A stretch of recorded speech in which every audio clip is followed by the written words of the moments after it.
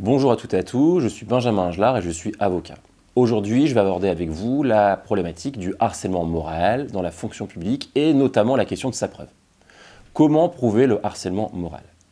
Vous le savez peut-être, la définition du harcèlement moral est la même que vous soyez salarié, donc le code du travail, ou que vous soyez agent de la fonction publique fonctionnaire, le code de la fonction publique. Cette définition, le harcèlement moral, ce sont des agissements répétés, réitérés dans le temps, qui vont avoir pour incidence une dégradation de votre état de santé physique, psychique, psychologique. Également, ce harcèlement moral va avoir pour incidence une atteinte à votre déroulé de carrière. Alors, comment prouver le harcèlement moral? Le conseil que je donne toujours, ne portez pas la fleur au fusil devant le tribunal administratif pour engager la responsabilité de votre administration en matière de harcèlement sans avoir un dossier solide. Le dossier solide, il peut prendre trois formes. Les éléments probants ou preuves matérielles, constitués par exemple d'attestations de collègues, pas toujours facile à obtenir, d'emails, de captures d'écran, de photos, de vidéos ou d'enregistrements.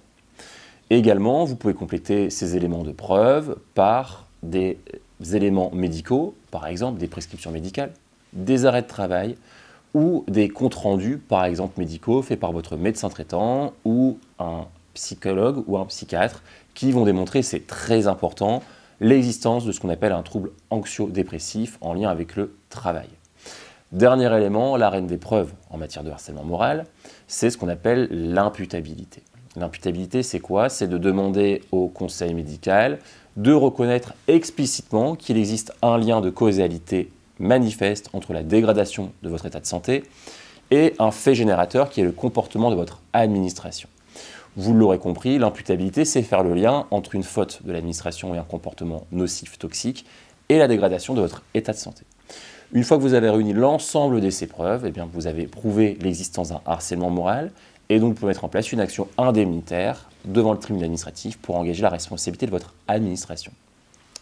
Comment se passe cette procédure indemnitaire? Pour le savoir, je vous invite à consulter les autres vidéos sur ce sujet, déjà disponibles sur la chaîne du cabinet.